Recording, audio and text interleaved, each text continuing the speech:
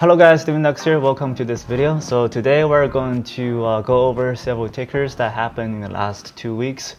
And yes, there's definitely plays in the stock market, and it's not as dead as I thought it will be. So let's go over the several, I would say, not normal behaviors from the chart, and what we can profit from in the current market condition. So before I start this video, make sure to click the like button and subscribe. So we have a conference coming up in July 16th to 18th, and we'll be starting at 9 a.m. to 5 p.m. If you are interested coming into the conference and come to see the crowd and learn about how to place trades and just get the general trader environment, there will be tickets on sale. You can click the link below to register for the tickets. Other than that, let's get into the video. So we have NRSN. This is a bounce short that happened, I think it was on Friday. We had a massive resistance, spike into 8, tested again, and failed from there. And we have a lot of tickers that had a massive green day and tested the second time, then fell from the top. This one happened on REV and SIDU, as we talked about in the last video. On June 30th, the stock gained about, I think, was 60%, barely hit 70%. So when we're looking at tickers that's around 60-70%, that's the minimum spiking percentages for bounce short on the intraday level. And normally you want to wait for a decent push after open. And as you can see, that in the last couple of months, bounce short rarely happens, and we don't really see them often. And this is the officially the first one that appeared in the last couple of months.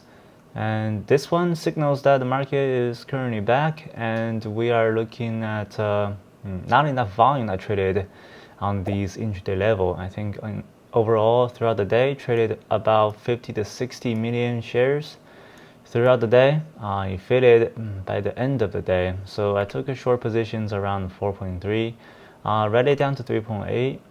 It was really bad range, so only made a small gain on this ticker, but a play is a play. And we average, well, in the last 2 months we averaged if we average the play, we have around 2 to 3 tickers to trade with in the last 2 months. So let's go over REU. Now this one is a multi-day runner that happened 2 weeks ago.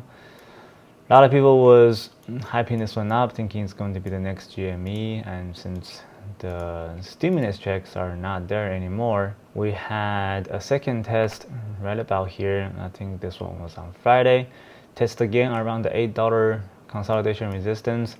The reason why I didn't short into the spike right here into the consolidation, that's when the volume is really low. When the stock is trading on really low volume and it's consolidating, especially on right here, it's considered as a neutralized area. So if a stock trading low volume and consolidating on a neutralized area and didn't fade that much from the top, this is considered, I would say, a bullish sign for stocks, and it tends to become a secondary breakout and becomes another, a massive multi-day runner.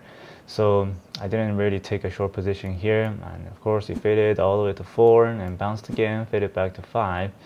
I would say this one would end up like RDBX, just a slow fading.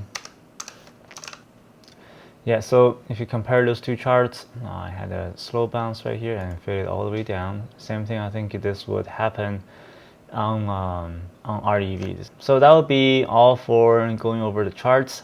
And RBDX, REV, NRSN is a bounce short, and SIDU, they all perform very similar to each other.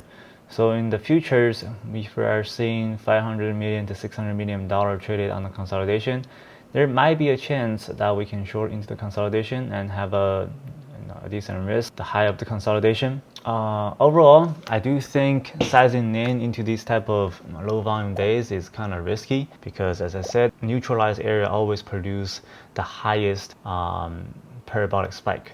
So I wouldn't recommend going in, too ham into those stickers. That'll be my thoughts for all those stickers. If you have your opinion, please leave a comment below. Thank you very much for watching. I will see you guys in the next one.